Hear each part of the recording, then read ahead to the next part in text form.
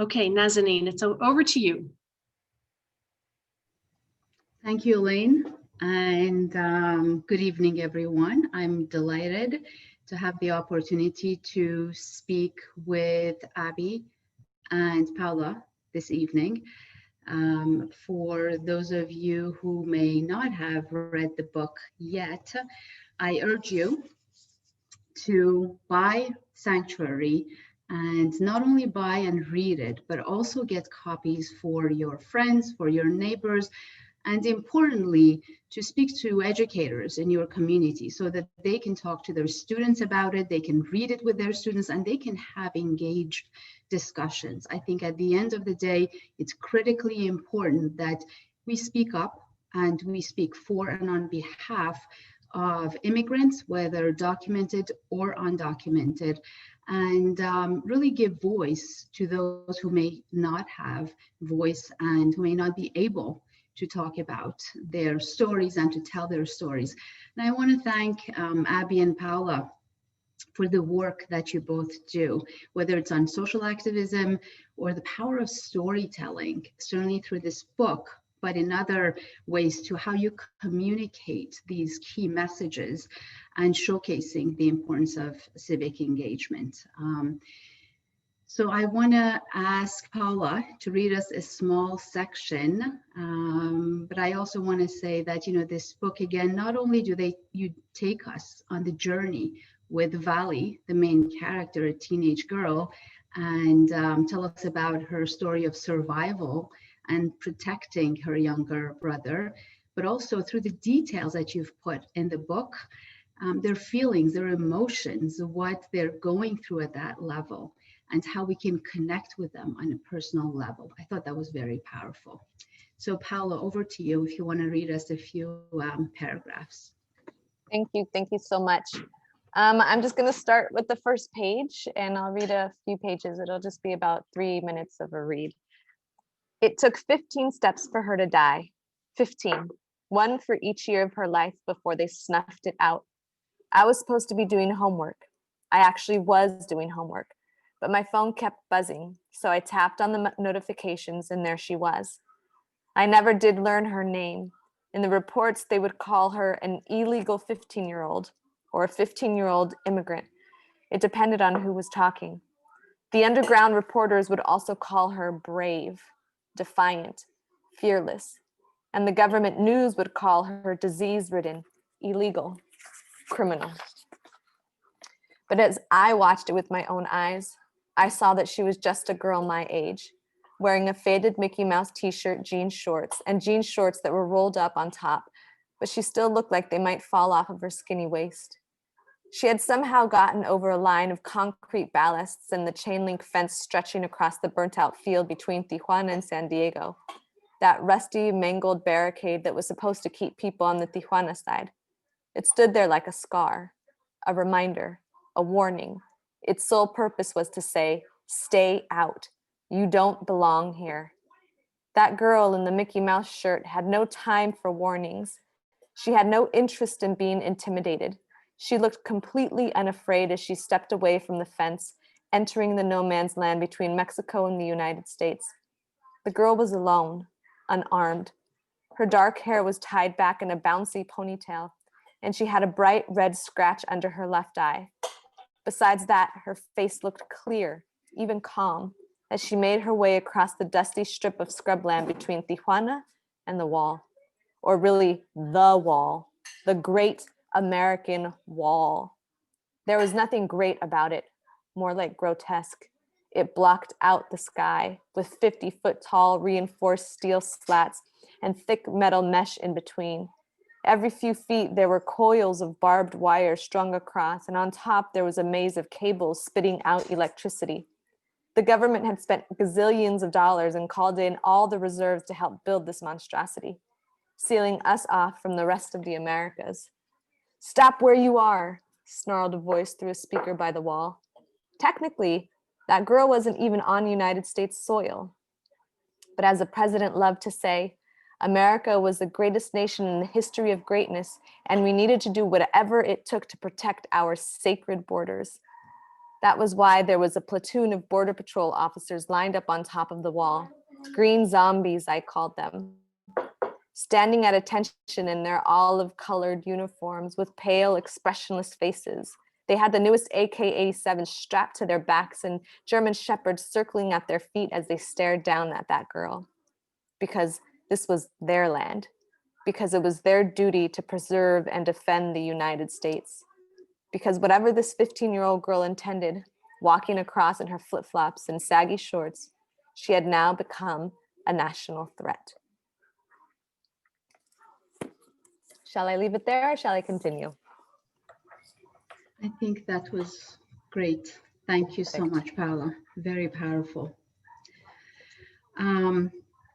Before we get into the themes, and there are quite a few in the book, I'd like to ask you a question that I believe is top of mind for many in the audience.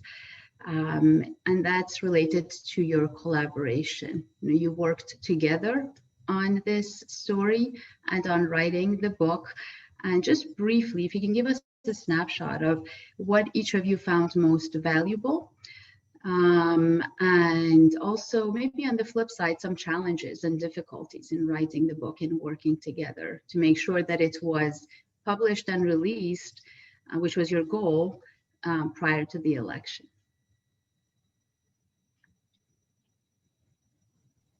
Abby, do you want to start or shall I? Sure, I'll start.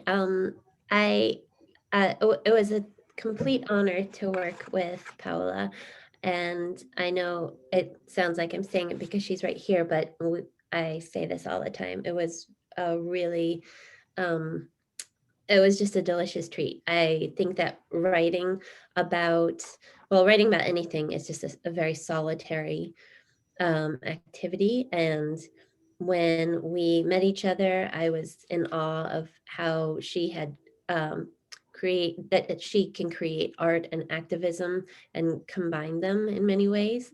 And I had not found that rhythm at all.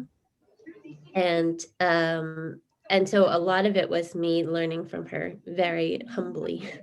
In terms of writing a book, which is something that has to physically be in one spot, our greatest asset, I think, was Google Docs, so that we could literally be both writing at the same time.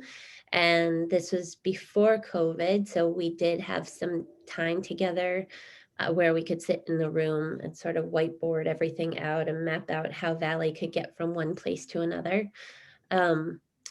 But in the larger sense, I think the collaboration was just so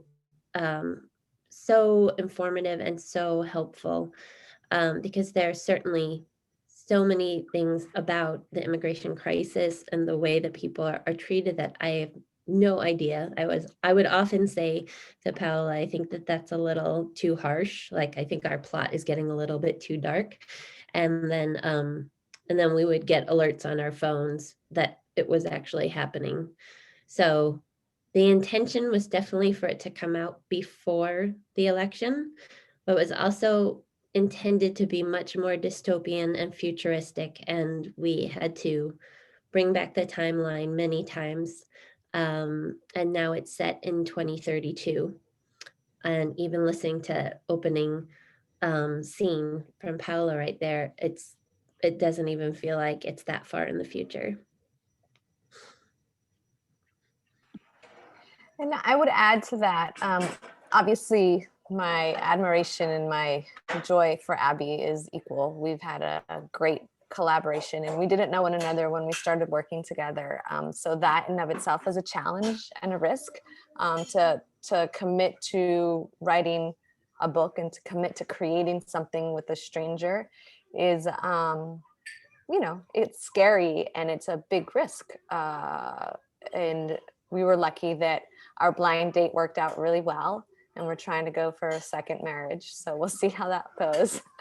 But I will also say that one of the challenges that we were also very, very aware of, myself in particular, is making sure that we didn't fall into the stereotypes and the tropes of what it meant to tell the story of an undocumented immigrant girl.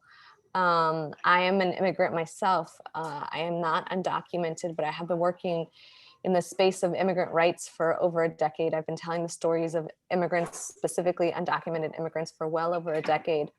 And yet, it is important, it is so important to me to make sure that the stories that we're telling of immigrants and the stories that we're telling of undocumented immigrants are allowing our characters to be full three-dimensional human beings with flaws, that they are not, quote unquote, the perfect immigrant, that we allow them to be human, that we allow them to make mistakes, that we allow them to learn and grow.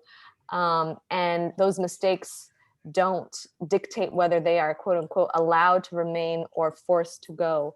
And so those are conversations that we had constantly. And given that we were writing this book in the Trump administration and during some of the most difficult times of the Trump administration with regards to immigration, the pressure, the personal pressure to get it right was always very present.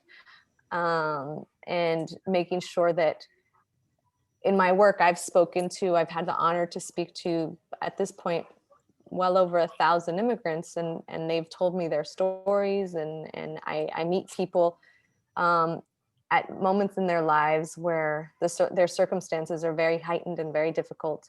And they tell me all of these very intimate things. And so it was very important for me to be able to honor those people that told me their stories as well. And that in the circumstances that we were living in, I would say was a difficult task. Thank you both. And I'm just going to pick up on something that you just mentioned, Paula, which, the showing the mistakes that they make and the flaws. And I would say, isn't that human? Do we all not make mistakes? Do we all not have flaws and weaknesses? And yet what I saw through this story was the strength and the courage and the resilience and their ability to stick to having some element of hope that, yes, we need to keep going. And I just wonder, in your conversations with the folks that you mentioned and the immigrants and undocumented, what gives them that level of strength to keep going? In the book, Valley, the main character, she's a teenage girl, and yet she has to rise to the occasion, and she does, to protect her younger brother. And she's really thrown in the midst of it. So how does that happen? Tell us a bit more. And there's I'm not going to read this, but there's a page in the book where Valley sings the song from her mother about, they didn't know that we were seeds, and we're going to keep coming back. And I thought that was so beautiful. Anyway, over to you. Tell us more. I would say that the through line, if there is a through line of all the stories that I've heard over the years of people coming here and the sacrifices and the resilience and the why, if there is the one why, what is their North Star? What is our North Star? I would say ultimately that it's unconditional love. Very often it's for their children. If they're coming for their children, whether it's with their children or they're coming here to take care of their children who are back home. And if they don't have children, often it's the love of family, the love of their parents, the love of those that are in need.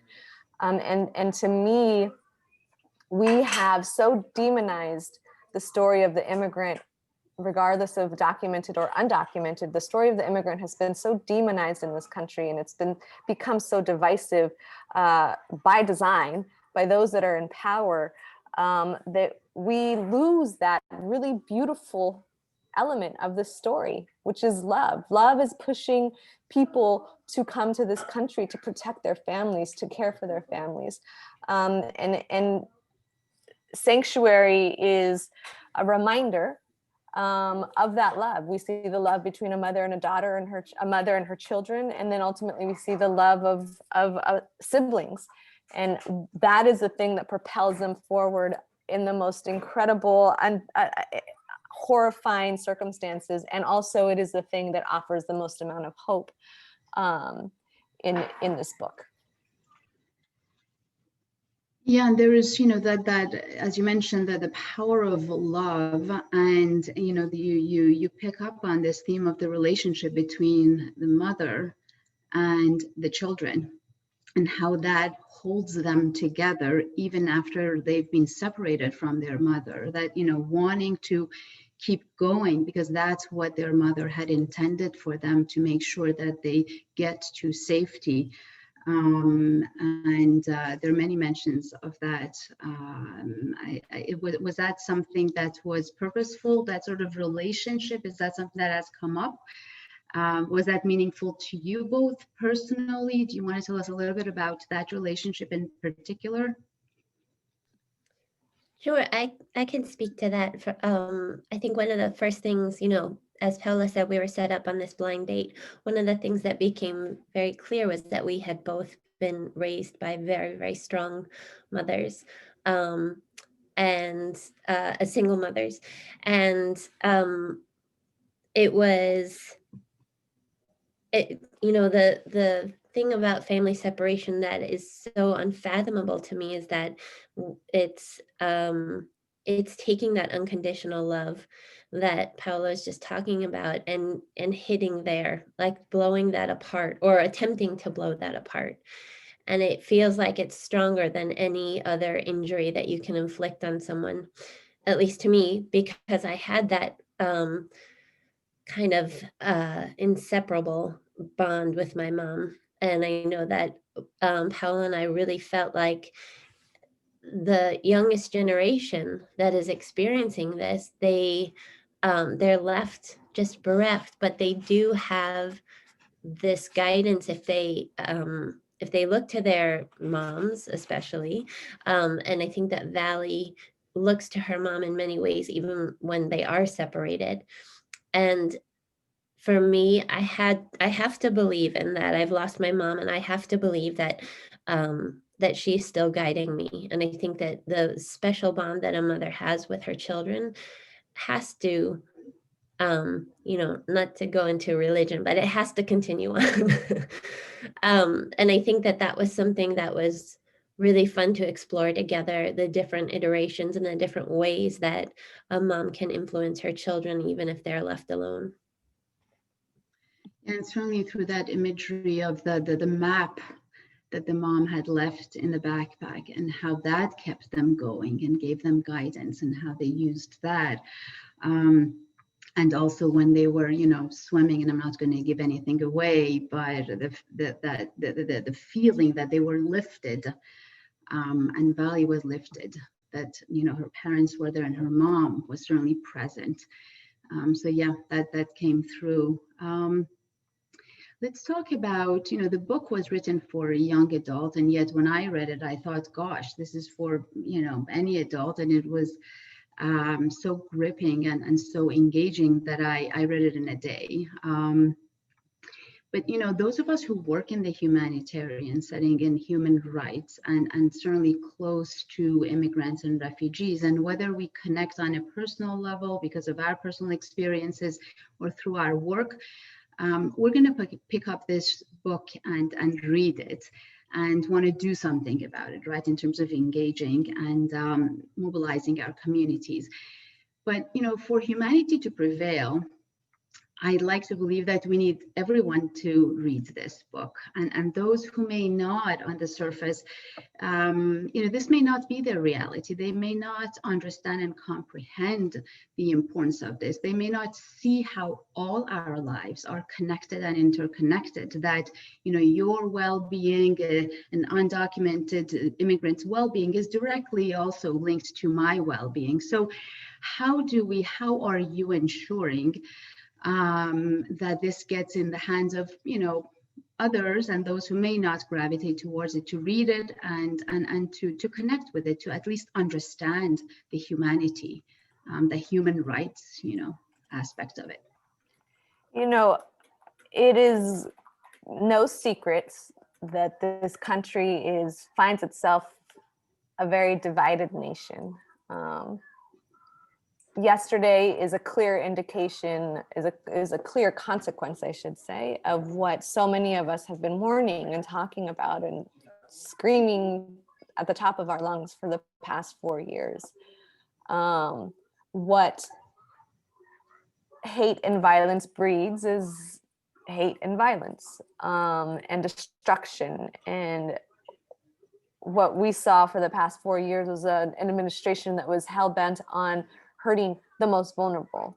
And in hurting the most vulnerable, the extension of hurting democracy is the easiest straight line. I firmly believe that. And so I believe that the job of an artist, what I've been working towards for the past 4 years specifically, but even before that, I wasn't able to articulate it. I believe that our job at this moment in time is to expand the heart of people. I think this country is suffering from a mass contraction of the heart. I've been saying this for quite some time.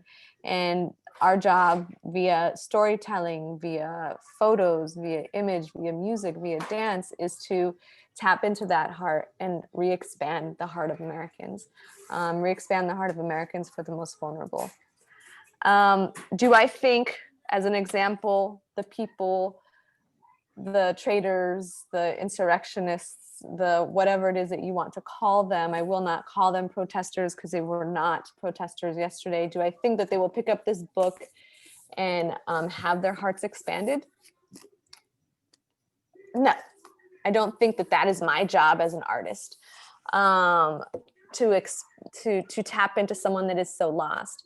But do I think that there are people that might have voted for Trump? I like to call them the confused people, not the people that are white supremacists or full of hate, that are confused, that are unaware, that are uneducated, that could possibly pick this up and be exposed to a different story than what they've been fed in the media, than what they've been fed on Fox News, and what they've been fed on Reddit. I hope so. I want to believe that that is the case.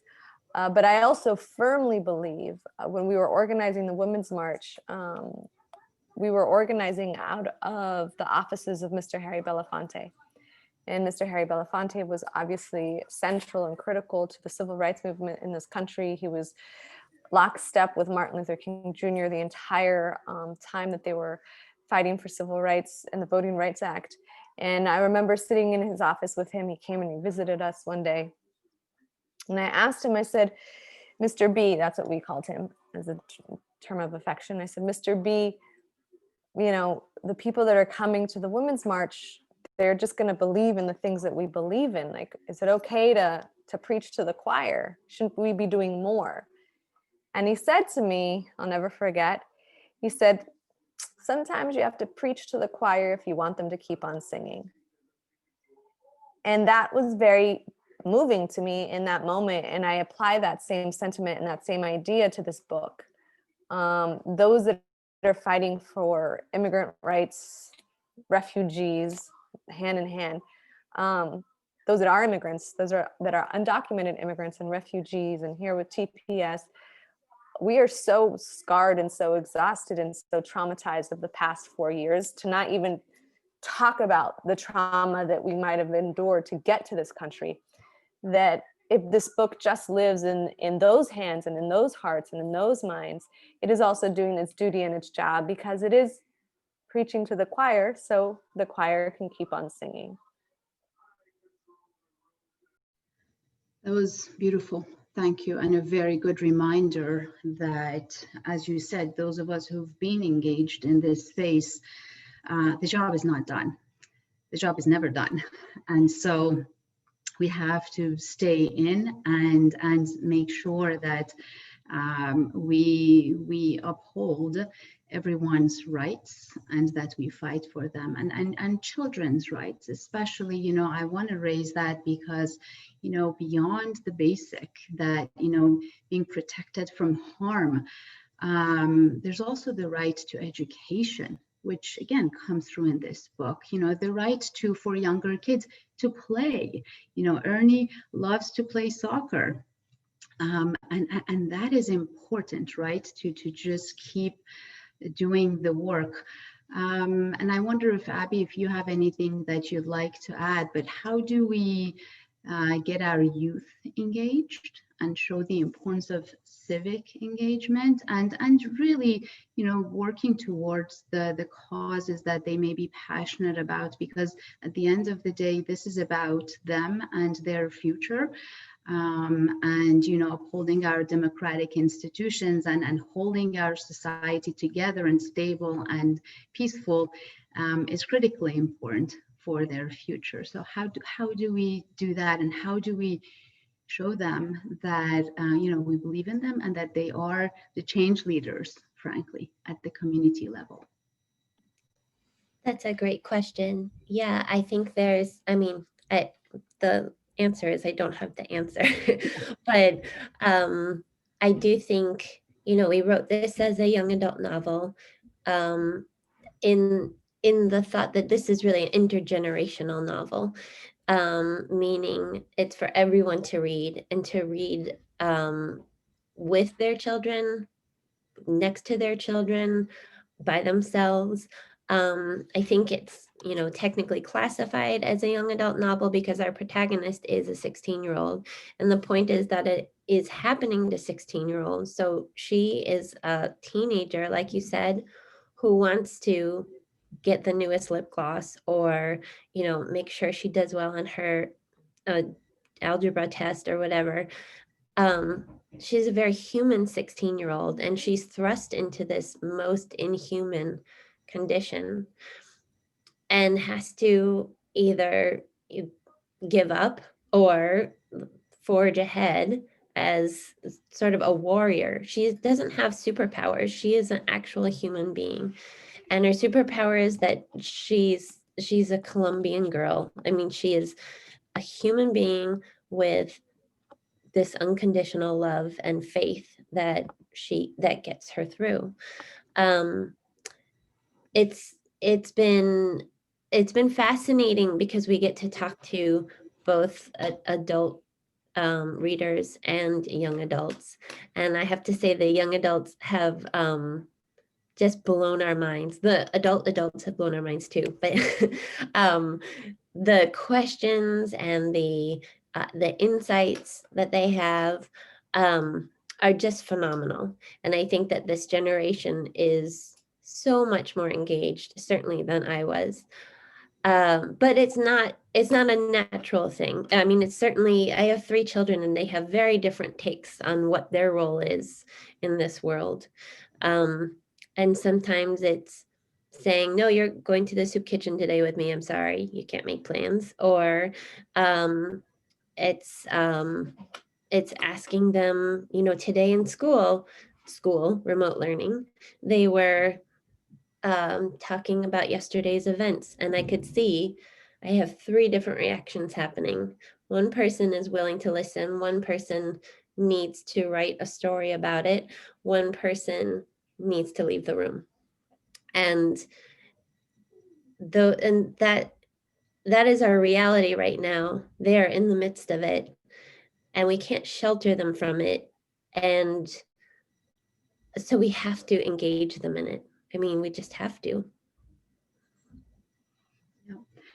And I think one way is for us also to set the example, you know, and I see this with my children, you know, it's not necessarily what you are told, or, you know, but how you see your parents and your neighbors and your community leading their life and speaking up for others. So that might be part of it. Paula, did you have anything to add to that? I'm not sure if you were trying to unmute yourself.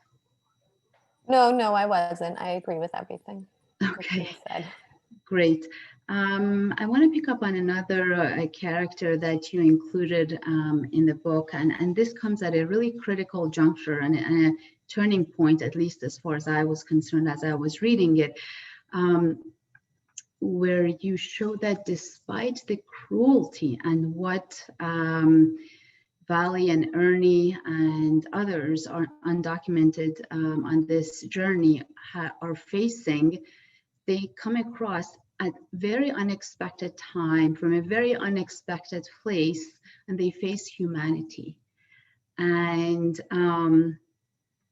if I may, and this is the deportation force girl that they come face to face. Let me read that, at least bits of that section. And then I'll ask you, how you decided to include that and why there and how did it all come about. This officer was wearing her DF pants rolled up to the knees. I could see in our headlights that she had those red lace-up sneakers with the snaps on top that all the Morrow, and this is their school, girls liked too. She was snapping bubble gum in her mouth. We had made it so far. We had fought so hard. And now it was all going to end with this girl who probably moaned about calculus homework just like me. It was unbelievable. There was nothing distinguishing the two of us except where we were born. Through no fault or choice of our own, she was somehow the hunter and I was the prey. Name, she asked. Valentina Gonzalez Ramirez, July 22nd, 2016. July what? The girl said with a furrowed brow. 22nd. I'm the 23rd, she said. One day apart, but a lifetime of differences. And I'm going to stop there. Tell us about her and how you included it and yes, just, the whole bit. Without giving much away for those who haven't read, but giving you just enough so hopefully you'll go and get the book and read the scene. We wanted this moment to happen at a very critical time in the journey, that if this girl hadn't helped them, they would not have been able to get to their destination, one of their destinations.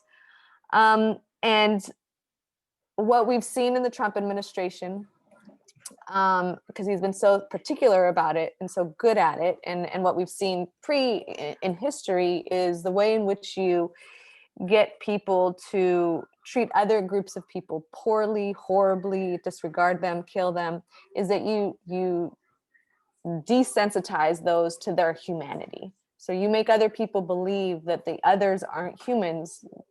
Hitler was able to murder 6 million people, mostly Jews, because the Nazis didn't see them as being human. I believe that Border Patrol has committed human rights violations time and time again under the Trump administration, particularly, but before that, but under Trump administration, because Trump has made it very clear that those that are coming into this country, they are not deserving of humanity. And so we wanted a moment by which someone that had been programmed to believe this as her normal everyday experience had a realization of, a slight moment of seeing this person differently. And one of those universal things that happens in any room that you go into is when someone says their birthday and your birthday is close to that person, we share that. We share, my birthday is December 17th. Oh, mine's December 16th. Oh, cool. And there's nothing more to that conversation besides just sharing that we were born slightly close on that one date, maybe years apart, maybe the same year. And there's this shared sense of connection. And that's what that moment represents. If we're able to connect on this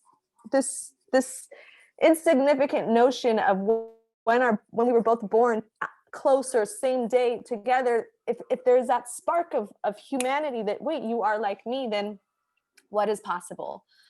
And so that small moment has big ramifications for Valley and those that she's traveling with. And I think that that's something that we try to show a lot in the book is small moments. In this case, it's not kindness, because I think also it's very important that this character, she's not heroic. She just makes a decision.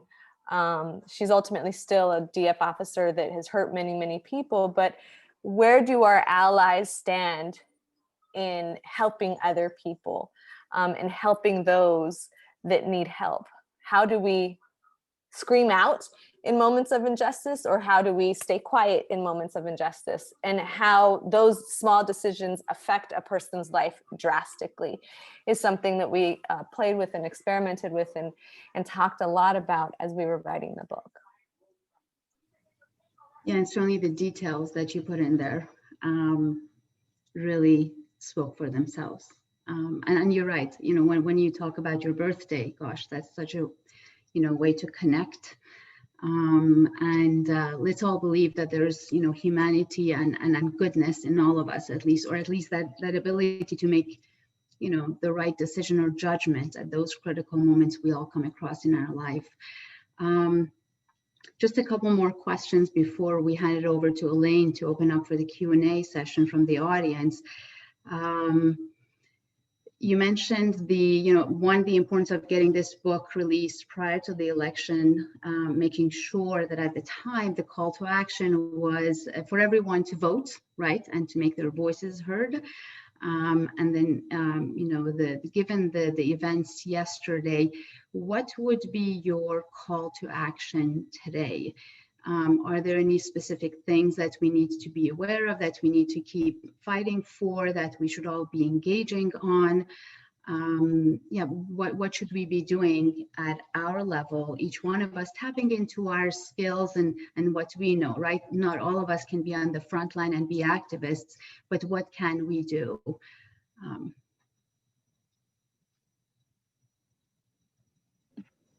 I'm going to give the majority of this to Paola, but I will say, coming from a background where I hate using the phone, and I've done more phone banking in the past year than I ever wanted to do. I think what you just said is really important. What you're comfortable with is very important, and getting out of your comfort zone is very important. So it's no surprise. I'm a white woman writing this, and I'm cheering for Stacey Abrams, and then learning, I could have been cheering her on so many years ago, and I could have been more active in this fight for equality so much sooner. So I'm very humbled, and I think the biggest thing is to learn about what this nation is doing, what this nation has been doing. I think that there's amazing organizations like yours. Also, I love RAICES, which is RAICES. And Las Americas, I think. I have to look that one up as well. Yeah, that's right. You're right. Las Americas, okay. And just turning to them for guidance. There are so many people who are giving guidance now, which is really, really magnanimous considering what this country has done to them. A beautiful woman who writes the anti-racist newsletter, and I love everything that she puts out, but really just doing your own search for what material can educate us, and then making the moves that you don't necessarily want to make, because it's very easy to see yesterday as a fringe group, but it's not a fringe group, and that's the horrific truth. So we can't sit in our comfort zone. But I will also have Paola speak to the specific actions, because she has much more. I think that you're absolutely right, Abby, in finding your lane. The beautiful thing about being active and being involved is that you find what you're good at and what you're able to do. And that is great. So identifying that for yourself. And then I always say that at the very minimum, we need to read the really difficult, painful stories. Sanctuary is authentic, and Sanctuary is painful. I think it's also steeped in so much hope and optimism, but in order to get to the hope and optimism, you got to go through the pain. And at the very least, we can read about those that are living through the pain, and analyze that and talk about it and really let it into our heart. That's the very least we can do, is hear someone's story. So that's, and I don't think just fiction, I mean, like, read the really painful stories on immigration, read the really painful stories on refugees. And then specifically, we being the Democrats have the House and the Senate and the presidency. And so what that means is that we can pass immigration reform. I know this is C3, so I'm not going to talk specifically about policy, but I will say that pressure on the things that you believe in with regards to immigration can actually get done now. Because those three branches of government are being led by folks that might align with your ideas of immigration as well. So it's being active and involved in 2021, in 2022. It is not over, not by far. Like, we have so much work to do. Again, given yesterday, this country, as Abby said, it is not a fringe minority. 71 million people voted for the man who encouraged an insurrection yesterday at our Capitol. So did they all believe that? Did they all want that? No, of course not. They did not. I don't believe that that is true. But we have so much work to do. So that is important. And I would say that organizations that are doing great work, as Abby mentioned, are critically important. And then more than ever, I believe, actually, we have to protect our democracy. I think that personally, I think we're entering a period that is quite unstable and quite scary. And it only becomes stable and it only becomes less scary when we speak out. We can't let our fear dictate our silence. We have to let actually our fear inspire our voices. Yes, so important. Tap into your fear, educate yourself, tap into your fear to speak up and not to remain silent, not to do what would be comfortable.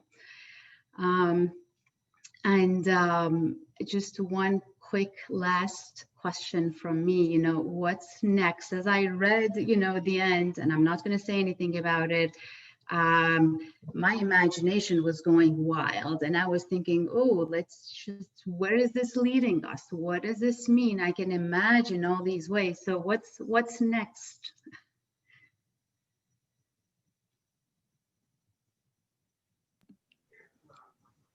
Take it away, Abby. Yeah, Abby.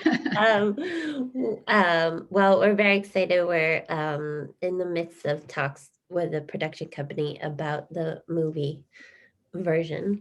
And we are working on book 2, which shall be involving many of the same characters. Beautiful. We can't wait for it. And thank you again. It's been a privilege to speak with both of you. So meaningful, so powerful, your messages, and a very good reminder for all of us to stay engaged, and that the work is not done, far from it. Elaine, over to you. I think we have quite a few questions from our audience. We have actually not that many. I think you asked so many good questions. There's one question I have that came in, and that was, and I don't think you answered this one, but how did you two get connected with one another?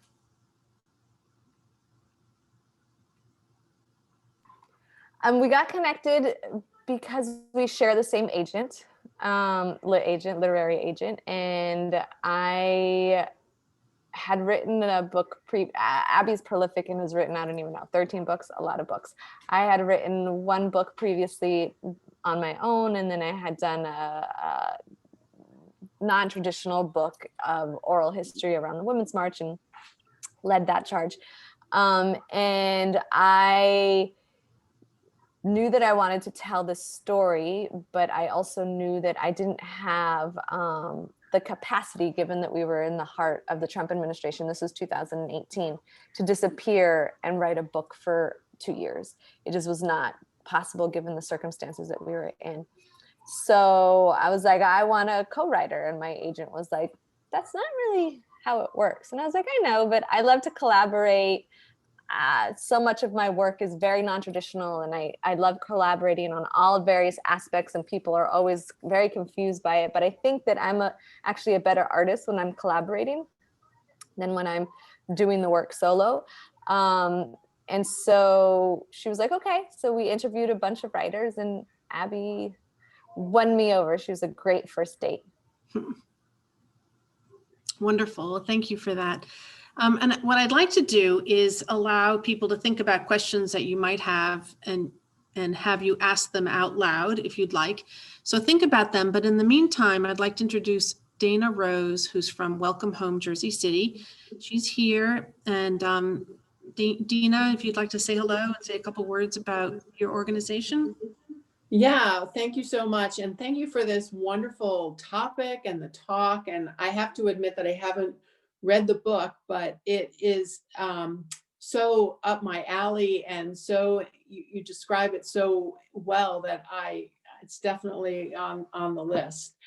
Our organization is a grassroots organization in Jersey City, New Jersey, that began because some people in the beginning of when the Trump administration came in wanted to know, how can we counteract this at the local level and make the refugees and asylees who are coming to Jersey City to live feel welcome. And so I think one of the things that we hit on tonight in the discussion that's so important and really just got to me is the idea of seeing people in their entirety with, their pluses and their minuses and, their beauty and their warts. And we see that with our volunteers because we are a 99% volunteer organization, and with our clients. And our clients range in age from, the newborn to their parents and older adults. So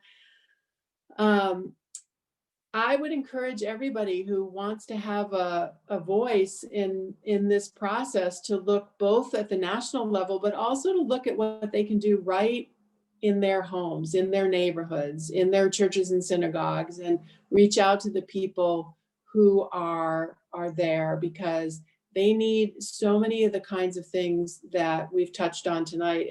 In our organization, we don't just teach them English or give the kids homework help, but we also teach them sort of the rules of the American road and how to fit in and be part of the neighborhoods. And we make them feel welcome to the best of our ability. And in doing so, they, make us feel so welcome too. So thank you for the discussion tonight. And we are so happy at Welcome Home to be co-sponsoring this event.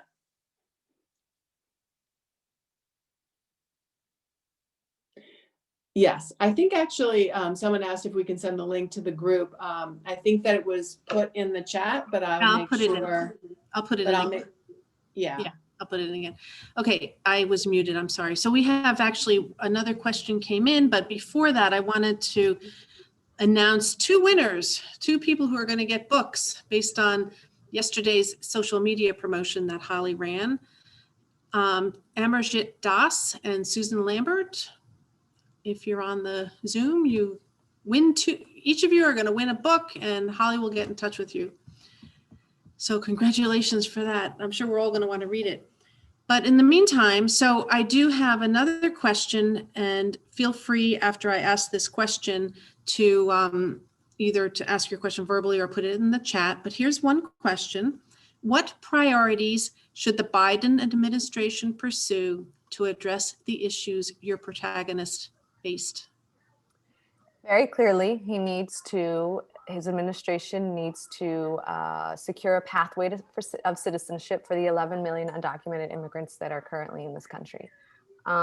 We have seen in this pandemic that essential workers are critical to the foundation and to the survival of this country. And so many of those essential workers are indeed immigrants. And so many of those essential workers are actually undocumented immigrants.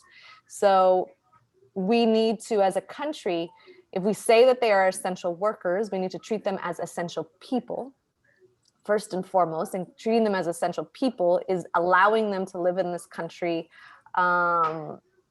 without the fear of deportation and with the ability to work in a fair, honest, real way, so they don't have to hide themselves. Let me be clear, that is not the full 11 million undocumented immigrants that are currently living in this country. Obviously, DACA, the very minimum, needs to be secured, and they need to have a pathway to citizenship themselves. And because we have the Senate, because we have the House, and because we have the presidency, we could actually make this happen. And what Democrats need to do is that they need to be a party that realizes and acts as if they won. They have a mandate from the American people, and that mandate is to actually create laws and create policy that is aligned with our values and the world that we want and the world that we voted for. Thank you. My question, I have a follow-up on that, is how do you make sure that Joe Biden hears your message? I don't know how you do that, because it makes very good sense. There are many, many people working on the inside. Kamala Harris is a great ally of immigrants. And there are many people. Julie Rodriguez she is the granddaughter of Cesar Chavez. Cesar Chavez was an extraordinary activist fighting for farm worker rights in California. She is his granddaughter, and she is very high up in the administration. And on top of that, there are many activists that are pushing from the outside, pushing from the inside to do exactly what I'm talking about. I am not that brilliant to have created or thought of this myself. There are hundreds of people, thousands of people that want this. And what we will need is the support of everyday folks, as Abby mentioned, to call their congressmen, their congresswomen, their senators, and demand that this is what we want. And that's the way that it will get done. Good. So I don't see any more questions in the chat. I'm wondering, give you another minute or half a minute to either put your question there or unmute yourself and ask the question you might have. Because otherwise, I think we can wrap it up. Nazanine, do you want to wrap it? Sure. Thank you, Elaine. And thank you again, Paula and Abby. It's been a pleasure. And one thing that I know we had previously discussed, and it's come through even though indirectly on this evening, is the importance of dignity. We are all human beings at the end of the day, and we need to make sure that immigrants, whether documented or undocumented, are allowed to have their dignity. And that they are given the same potential opportunities that the rest of us. So, you know, it's important that we all stay engaged, that we have youth involved. And as Dina said, you know, the power of hyperlocal engagement is just as critical. So thank you again. Thanks everyone for your questions, for tuning in. And we look forward to the movie and to the next sanctuary. And I want to make sure that everyone goes out and purchases it and reads it and gets copies for, you know, everyone that they know in their community. So thank you, everyone, and good evening. Thank you so Bye, much. everyone. Thank you. Thank you so much.